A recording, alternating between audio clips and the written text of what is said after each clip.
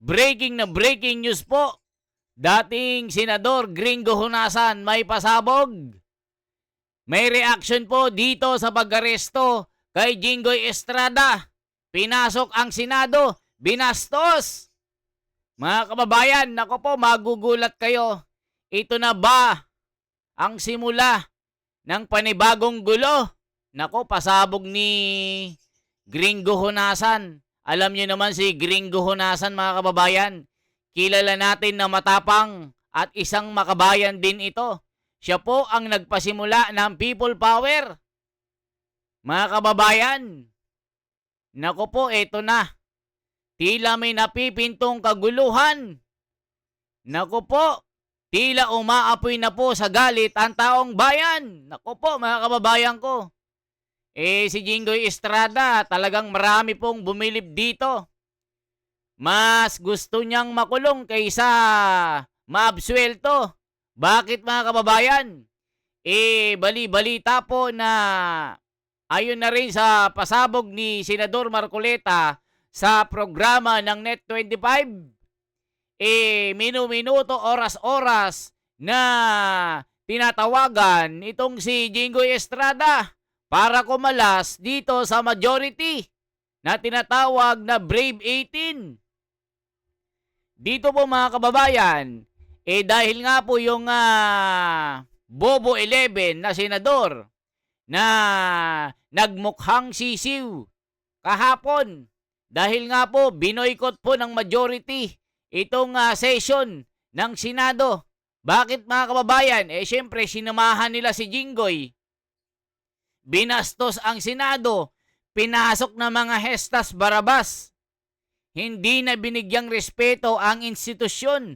Yun lang naman ang ipinaglalaban ni SP Cayetano. Isipin nyo, mga kababayan, yung minority ngayon, akala mo sila pa yung mga dehado. Iniwan daw sila ng majority. Tila hindi daw nirespeto yung Senado. Isipin nyo. Yung majority pa ang parang parang may kasalanan sa nangyari.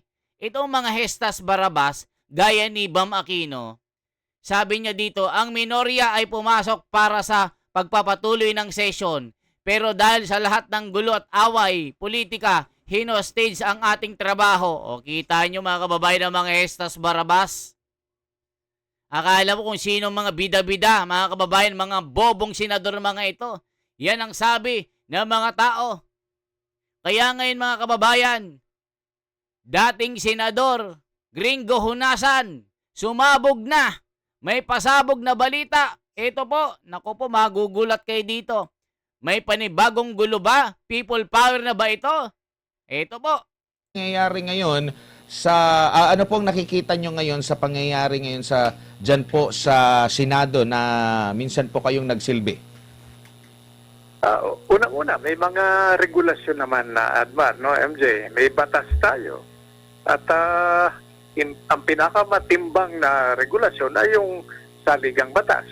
Basta sundin lang yung proseso at hindi yung binabanggit natin na gamiting sandata sa politika yung mga institusyon na patuloy na nanganganib, no? So, sundin lang yung proseso at hindi magkapersonalan, hindi magkasakitan at matigil na itong hindi ka nais-nais na siglo ng habulan ng habulan.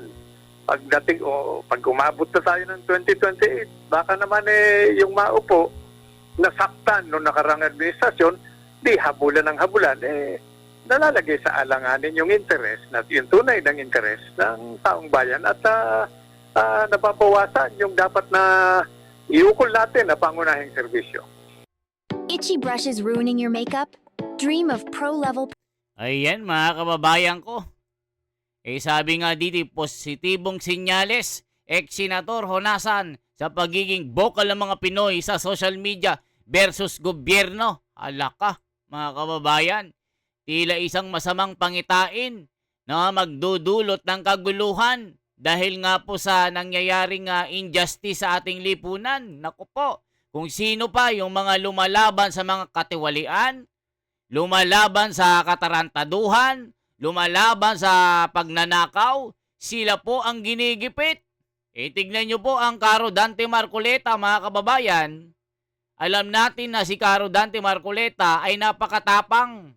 Lahat binabangga, lahat ginigiba. Kaya kinasuhan din ito ng plunder sa ombudsman. Sabi nga po ng mga magagaling na komentarista at analista sa social media, sa TV, mukhang talagang guguluhin nila ang pagbubukas ng flood control. Sa katunayan nga po, sumulat na po ang Blue Ribbon Committee sa pamumuno po ni Pia Cayetano at ni Senador Marcoleta. Dahil si Senador Marcoleta ay merong subcommittee sa Blue Ribbon Committee sa pag-iimbestiga ng kawatan. So dito, galit na galit sila Tito Soto. Labag daw ito sa batas at hindi daw legal ang pagkakaroon ng subcommittee. Nako po mga kababayan, talagang gagawin nila, guguluhin nilang investigation.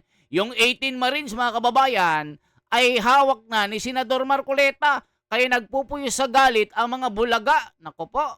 Po sa mga lagi na lang umuugong na kakapalit pa nga lang ng ng liderato po diyan sa Senado, pero hindi pa rin po mapatay-patay ang issue po ng kudita. Ito po ba'y first time nyo pong narinig sa kasaysayan po ng Senado, Senator, or marami na rin ganito sa nakalipas po ng mga kongreso? Alam mo, Advan, no, MJ, normal yan.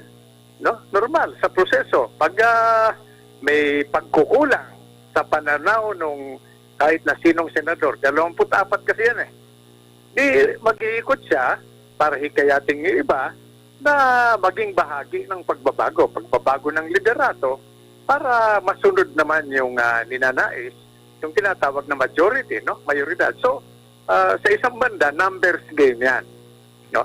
Kung nagpapalit naman tayo ng Pangulo, pangalawang Pangulo, every 6 years, nagpapalit tayo ng congressman, ng mayor, ng gobernador, no? Every 3 years, hindi nakataka-taka na sa isang institution, sagradong institution, katulad ng Senado, normal yung pagpapalit. No? So, huwag tayong mabahala. Ibig sabihin, malusog yung ating demokrasya at may kalayaan na magpalit tungo sa tunay na pagbabago. Opo, kasi ang nakikita ko rin sa mga comment section ng mga netizen po, na mga nagkokomento dito, nagtataka sila bakit hindi na lang pagbigyan muna, total patuloy, itutuloy naman talaga yung impeachment, no? Ang sabi nga ni Senate President Alan Cayetano, na wala nang pagbabago dyan, yung pagbabago ng liderato at saka yung sa rules ay walang kaugnayan doon sa impeachment kasi nailathala na ano na nila, na pagdesisyonan na nila. And ito namang isa sa mga malaki pang mga gagawin ng Senado, partikular na ng Senate Blue Ribbon Committee, ay muling pagbubukas ng investigasyon sa maanumalyang flood control project, which is yan naman talaga ang gusto ng nakararaming mga Pilipino. Bakit kailangan na pigilan? Mabuti na itanong niya ng mga netizens natin, no? Actually, dapat positibong senyales yan na Advan, no, MJ, na active yung netizens natin. Ibig sabihin, marami tayong mga kababayan na gusto nang makialam sa palakad ng pamahalaan at lantaran, hayagan, di ba? Hindi patago. So mabuti yan, active sila sa social media para makinig yung mga hinalal natin na mga opisyales na dapat maglingkod sa ating lahat. No? So magandang sinyalis yan. Pero itong pagbabago, no? Abi, pag nakabuo ng 13 at gusto ng iba baguhin yung liderato, sinabi rin naman yan ni Senate President Cayetano, no? Na he serves at the pleasure of the majority. So, wag tayong mabahala. Senyalis yan, tulad ng sabi ko, ng isang malusog na demokrasya. Kaya, i-encourage natin ito. Dapat lalong maging aktibo, mag-ingay, hindi lamang sa social media, kundi sa ibang pamamaraan, yung ating mamamayan, para nakikialam na tayong lahat sa pamalakan. Yun lang, wag tayo magka-personalan, no? Dahil nabababad tayo sa personalan, baka nasosobrahan yung kampi-kampi na politika. nalalagay sa alanganin tuloy yung tunay na interest ng mas nakararami. Ayan mga kababayan, ay alam po natin na si Gregorio Honasan isang matapang na sundalo ito, isang matapang na general ito mga kababayan. Tila isa itong senyales, itong pagkakaaresto ni Jinggoy Estrada. Naku po, tila napupuno na ang salop. Itong minority kasi mga kababayan ngayon, itong pinapangunahan ni Tito Soto na tila pinepersonal at talagang bitter na bitter kay Cayetano. Dahil hindi niya matanggap na isa siyang wanbul at walang alam sa batas. At ang majority na si SP Cayetano ay hindi hawak ng palasyo. Ito ang kanilang kinagagalit ngayon. Kaya nga si BBM sumabog din Pinapatamaan na yung Senado daw ngayon ay tila iba na ang imahe. Hindi gaya nila noon na talagang maganda ang imahe at tingin ng taong bayan. Pag nagdedebate daw sila, malalalim ang mga kahulugan. Pagkatapos daw ng debate na balitaktakan o tila nagkapersonalan, nagkakape daw sila ng sabay-sabay at nagtatawanan. Diba mga kababayan ko? So ngayon, itong minority ngayon nila Tito Soto talagang gagawa at gagawa ng paraan. Meron ngang balita mga kababayan na sa likod po ng pagkakaaresto kay Jinggoy Estrada, pinamimili ng pera o bayong. Ibig sabihin mga kababayan, pag pinili ay bayong, ikukulong itong si Jinggoy. Pero pag pera, maaabsuelto si Jinggoy. Parang ganun mga kababayan kasi nga, araw-araw, minuminuto daw, tinatakot si Jinggoy. At isang kokak daw ang tumawag ayon sa bubuwit po na kumakalat sa social media. Talagang anong gusto mo, Jinggoy? Pumili ka. Kalayaan mo o kulong. Pag pinili mo kulong, diyan ka lang sa minority ay sa majority. Pero pag kulong, ay ibig sabihin mga kababayan, pamimiliin. Manatili ka sa majority, makukulong ka. Pero pag pinili mo sa amin, kumampi ka, wala na kahit isang kaso. Sumapi ka lang dito, magiging bayani ka pa. Wow! Mga kababayan, sabi rin ni Rapi Tulfo, mga kababayan, pinaparesign niya si SP Cayetano. Pag ginawa daw ito ni SP Cayetano ay magiging bayani daw siya. Wow! Ano parang kiyan? Isang adik, ginawang santo? Naku po mga kababayan ko, yung mga tirada sa social media. Kaya itong mga one bull, mga kababayan ng mga senador, tignan mo itong si Erwin Tulfo, isang kupal. Magaling lang ito sa mga away, chismisan sa kanto, mga away ng mga syubit-syubit na mga siman, mga nakikisabay sa mga issue ng vlogger. Kinutungan ni konsihal yung isang minor de edad. Gagaling ng mga Tulfo, mga kababayan. Nag-away si Mrs. at si Mr. dahil sa kabit na teenager. Wow, nandyan yung mga Tulfo, brothers. Kala mo mga kababayan totoo mga pinapakita. Pero nung naging senador na, naging one ball. Itong sila Risa Ontiveros at Trillanes Kiko, araw-araw na pinagmumura ni Erwin Tulfo nung siya ay komentarista pa. Pero ngayon po, na senador na itong si Kupal Wandabol.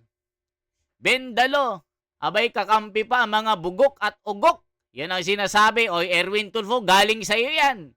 Hindi galing sa akin. Okay, tuloy pa natin. Paano po sinupalpal ni Gringo Honasan ng mga one bull dito? Opo. Senator, nabanggit niyo po yung katagang parte ng demokrasya.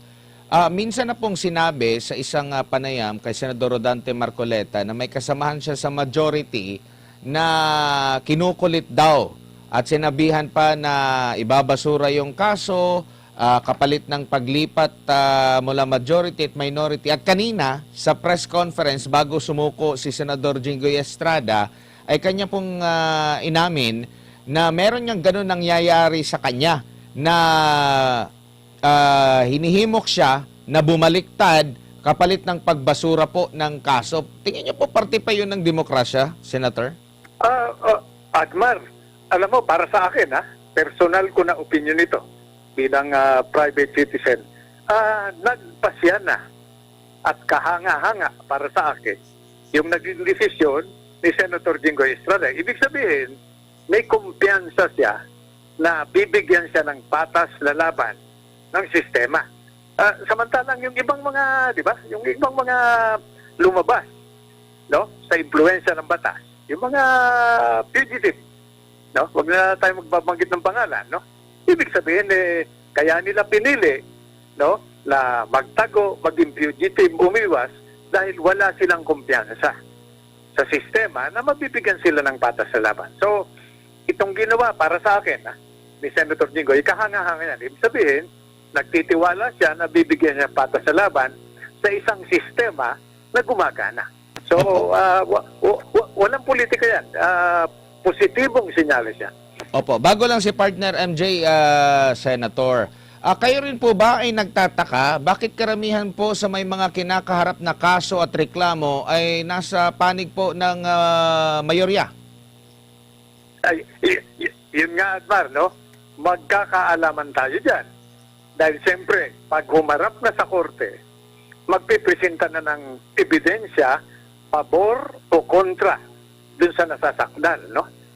Para sa akin, Admar, no, MJ, hindi ko tinuturing na sumuko si Senator Jinggoy. Ibig sabihin, mataas ang kumpiyansa niya at sinabi ko nga, kahanga-hanga, na magpailalim, sumailalim sa proseso at sa sistema. Ibig sabihin, gumagana yung sistema.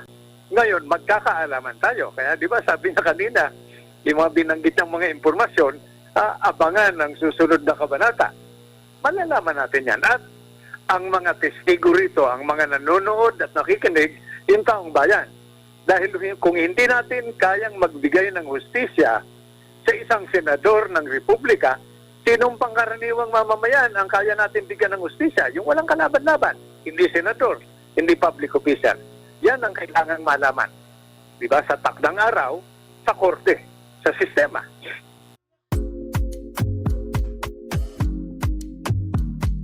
Ayan mga kababayan ko, tama pong sinabi ni Gregorio Honasan dito. Ibig sabihin, magandang halimbawa ang pinakita ni Jinggoy dahil pinapakita nito na mayroon tiwala at mabibigyan siya ng hustisya at patas sa pagtingin ng batas. Okay po. Jay po ito, magandang gabi po. Ay, MJ. Opo. Ay, good evening. Opo, sir, kung kayo po ay halal na miyembro ngayon ng 28th Congress sa Senado, ano ang role ninyo pong gagampanan sa ganitong sitwasyon kapag na, halimbawa, kasama kayo ngayon, sir, sa Senado, anong role ang inyo pong gagampanan? Abe, uulitin ko na ano ba ang misyon, ano ba ang trabaho, ano ba ang mandato ng isang institution katulad ng Senado? Gumawa ng batas. Hindi ba? So, yan ay magagampanan lamang natin pag maging mahinahon tayo. Nung panahon namin, hindi ko naman hinuhusgan yung mga ating kagalang-galang na senador ngayon, no? Nadadaan namin palagi sa pag-uusap. Yun nangyayari sa floor, no? Sa bulwagan ng Senado. Minsan nagkakainitan, no? Pero doon sa Senator's Lounge, sa executive session, nagkakausap-usap. So, sa tingin ko, mataas ang kumpiyansa ko na sa dulo nito, ang ating mga magigiting na senador, ano man ang tingin natin sa kanila, no? Usap-usap yan para ma-resolva ang mga bagay na ito. Dahil Kasi ngayon na Senator Gringo Honasan, dating senador, iba kasi ngayon, yung panahon nyo kasi, hindi pa ganun kalala ang korupsyon. Siguro may korupsyon nun, libo-libo or mga 100,000. Pero ngayon po, naku po, trilyones po ang pinag-uusapan dito. Kasi naman, itong minority, alam natin yung kanilang pinaglalaban. Yung mga congressman na bida-bida, na pabida-bida dyan. Alam natin na lahat ng mga ito ay damay-damay sa korupsyon. Kaya ganun na lang ang kanilang panggugulo sa napipintong pag-iimbestiga ng flood control issue dito. Kaya nila kinakasuhan lahat ng mga kontra na hindi nila kakampi. 'Di ba mga kababayan, kasi noon libo-libo lang ang korupsyon eh. Pero ngayon mga kababayan, nakabarong na at nakakurbata ang mga magnanakaw ngayon. Ako po. Huwag natin pangunahan yung kakayahan ng mga botante natin. Kahit sabihin natin di ba, may mga komentaryo tayo tungkol sa kalidad ng ating mga senador ngayon. Hindi natin pakikialaman yan. No? Nasasabihin lang natin, mataas ang kumpiyansa ko na sa dulo. Kaya lang, abay madaliin natin dahil nag-aantay yung taong bayan. Example dito, MJ, Opo. ano na ang nangyari dun sa flood control? Okay? Ngayon, may paraan na dyan. Ang aking balita, ayon sa news, di ba, lahat naman tayo nakikinig at nanonood sa news, di ba? Nag-create ng subcommittee dun sa Blue Ribbon para talakayin, ipagpatuloy ang pagtalakay dun sa flood control. May mga lumabas na mga testigo na hanggang ngayon hindi pa napapakinggan. Ang kumisan, di ba? May kasabihan na pag may nagdadala ng balita o impormasyon, imbis na pakinggan muna natin yung sinasabi, kill the messenger kagad. Di ba? Parusahan yung nagdala ng masamang balita, imbis na pakinggan kung ano yung balita. Saka na natin na talakayin kung ano ang kalidad ng kredibilidad ng testigo, nung may dala ng impormasyon, at yung kalidad ng impormasyon, yung katotohanan na napapaloob dun sa impormasyon na dala. Ayan mga kababayan, nakita nyo naman lahat ng mga mensahero. Ibig sabihin yung mga mensahero, yung mga lumulutang na mga witness, gaya ng mga sundalo na 18 Marines na pinangunahan ni Orly Gutesa. Pero anong ginawa po nila Wanbul, nila Paloma, nila Pinglakson?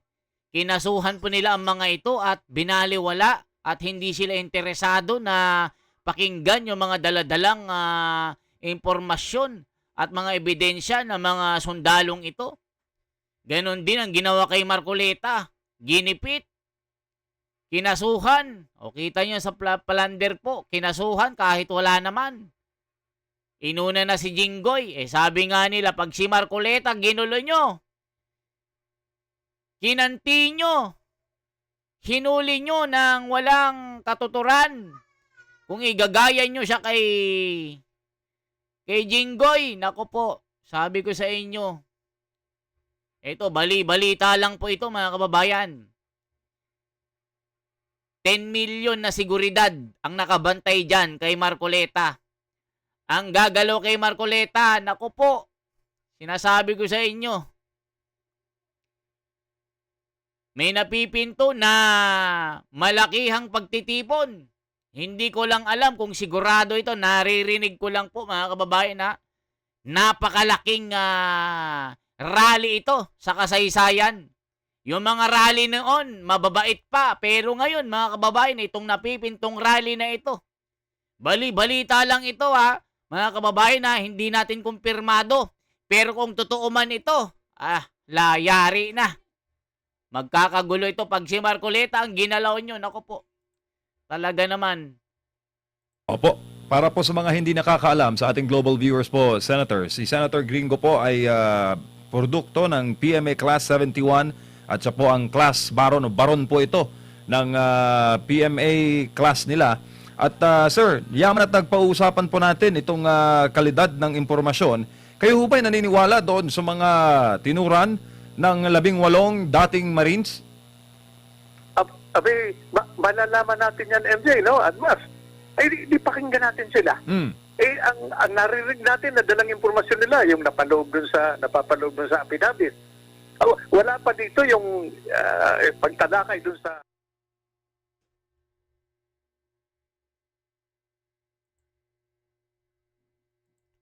Ayan mga kababayan ko, ano masasabi nyo po dito?